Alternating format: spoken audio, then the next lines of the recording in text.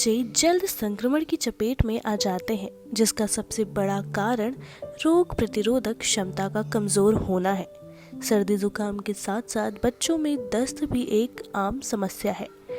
नवजात शिशुओं का मल पतला ही निकलता है, लेकिन दस्त के दौरान यह पानी की तरह निकलने लगता है। बच्चों में अक्सर डायरिया की वजह वायरस और बैक्टीरिया होता है। वैसे दस्त ज्यादा दिनों तक नहीं रहता, लेकिन यह शरीर में बड़ी मात्रा में तरल निकाल देता है और शरीर को पूरी तरह कमजोर कर देता है। एक दिन में 3 या इससे अधिक बार पानी की तरह पतला मल आने की समस्या को दस्त कहा जाता है। यह आमतौर पर 1 या 2 दिन तक रहता है, लेकिन यह अधिक समय तक रह सकता है। अधिक समय तक चलने वाला दस्त क्रॉनिक डायरिया गंभीर समस्या का संकेत हो सकता है। आइए हमारे इस वीडियो में जानिए बच्चों में दस्त की समस्या, इसके कारण और इससे निजात पाने के विभिन्न तरीकों के बारे में डॉक्टर नरेंद्र राय से, जो है MBBS MD paediatrics, clinical director and head, Chandan Institute of Paediatric and न्यूनाटोलॉजी।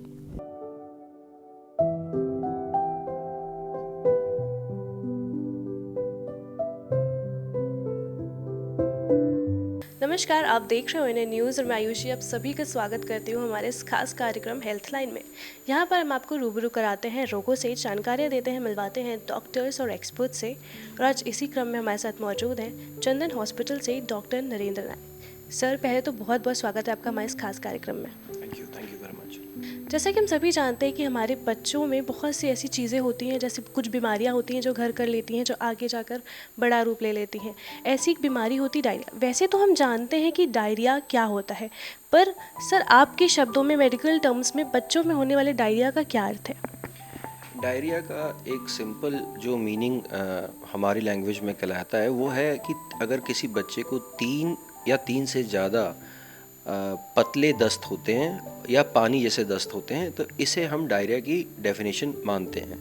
पर माँ बाप के लिए ये बेहतर डेफिनेशन रहेगी कि अगर बच्चे के लैट्रिन के जो प्रकार है उसमें बदलाव अगर होता है, या जो लैट्रिन है वो पतली होने लगती है, तो और जो नॉर्मल रूटीन से अलग हटके होती है, उसका मतलब है कि हो सकता है डायरिया आने वाला हो। सर, हम सभी जानते हैं किसी भी बीमारी के पीछे कुछ कारण ज़रूर होते हैं, तो डायरिया के पीछे क्या कॉजेज़ हो सकते हैं बच्चों में? बच्चों में डायरिया के कॉमनेस्ट कॉजेज़ में वायरस है ना, वायरल डायरिया कॉमनेस्ट है। इसके बाद बैक्टीरियल डायरिया होता है। बैक्टीरियल डायरिया के अलावा और पैरासिटिक डायरिया भी होता है। इसके अलावा कभी कभी आंत की सूजन, बड़ी आंत, छोटी आंत की सूजन, या बच्चे को दूध की एलर्जी से डायरिया होता है। और ऐसे में हमें डॉक्टर की हेल्प लेनी चाहिए। ये कुछ कॉमन कारण है बच्चे के डायरिया होने का। हाँ, एक और सबसे इम्पॉर्टेंट बात कि वायरल डायरिया में एंटीबायोटिक यूज़ करने से भी बच्चे को डायरिया बढ़ता है। सर, किसी भी बीमारी के कुछ लक्षण हमें पहले से दिखने लगते हैं, तो डायरिया के ऐसे क्या लक्षण हैं जिन्हें हमें नज़रअंदाज नहीं करना चाहिए, और साथ ही हम इसे कैसे बचा सकते हैं, डायरिया से कैसे डायग्नोसिस कर सकते हैं? डायरिया के जो सबसे कॉमनेस्ट लक्षण है वो यही है कि जो बच्चे को दस्त होने लगते हैं वो पतले पानी जैसे होने लगते हैं। इसके साथ बच्चे के पेट में दर्द हो सकता है, बिना दर्द के भी डायरिया हो सकता है। इसके अलावा उल्टी होना, या बच्चे का सुस्त होना, या बच्चे का ज़्यादा पानी पीना, ये सब एक डायरिया की डायग्नोसिस करने में जो माँ बाप के लिए एक सही विकल्प है। जहाँ तक बात है डायग्नोसिस की, तो डायग्नोसिस क्लिनिकल डायग्नोसिस ही होती है। जब बच्चे के दस्त पतले होने लगते हैं, वाटरी होने लगते हैं, तो हम मानते हैं कि डायरिया है। पर हाँ, दस्त लैट्रिन की जांच भी की जा सकती है, जिससे ये पता लगता है कि क्या ये डायरिया वायरल है, बैक्टीरियल है, या ये काउ मिल्क प्रोटीन एलर्जी के कारण है, या फिर ये बड़ी आंत की सूजन के कारण है। ये सब पता लग सकता है लैट्रिन की जांच के बाद। सर, डायरिया के बारे में जानने के बाद अब हम आपसे ये जानना चाहेंगे कि इसका सही ट्रीटमेंट या इलाज क्या है? डायरिया का सबसे जो सही इलाज है वो है ORS। ORS उन बच्चों को दिया जाता है जिन बच्चों में वाटरी दस्त, मतलब पानी जैसा दस्त हो रहा हो। बहुत छोटे अमाउंट में या बहुत छोटा छोटा अगर बच्चे को दस्त हो रहा हो, तो उसमें ORS का ज़्यादा रोल नहीं है। अगर पानी जैसा दस्त हो रहा हो तो उसमें ORS पक्का दें। ओआरएस के साथ बच्चे को जिंक दें और प्रोबायोटिक्स दें। ये 3 चीज़ें आवश्यक हैं बच्चे के डायरिया के ट्रीटमेंट के लिए।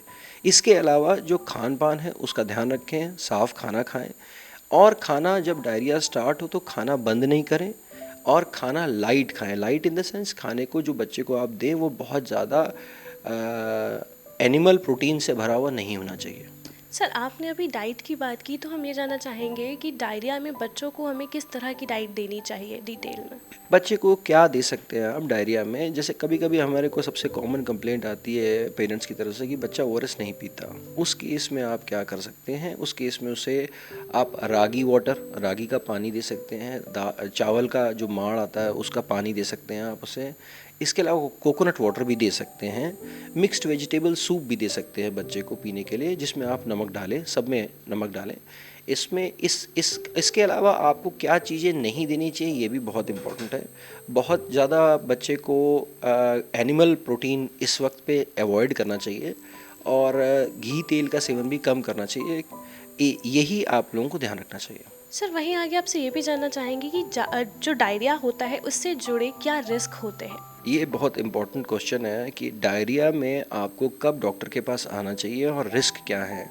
डायरिया ज़्यादातर सेल्फ लिमिटिंग होता है, अपने आप ठीक हो जाता है, पर वायरल डायरिया, पर कुछ डायरिया घातक हो सकते हैं, जानलेवा हो सकते हैं। उनमें से मैं इस बात को आपको बताना चाहूँगा कि अगर बच्चे को बहुत सारा दस्त में पानी जा रहा है तो सबसे पहले शरीर में पानी की कमी हो सकती है।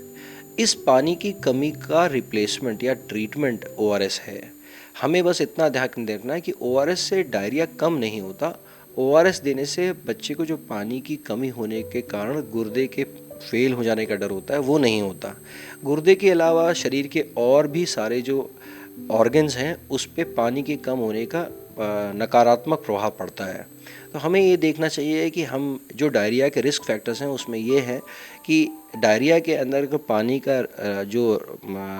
का दस्त में बहाव ज़्यादा है तो उस केस में बच्चे के गुर्दे फेल होने का डर है। 8 घंटे तक बच्चे ने पेशाब नहीं की तो ये चिंता का विषय है।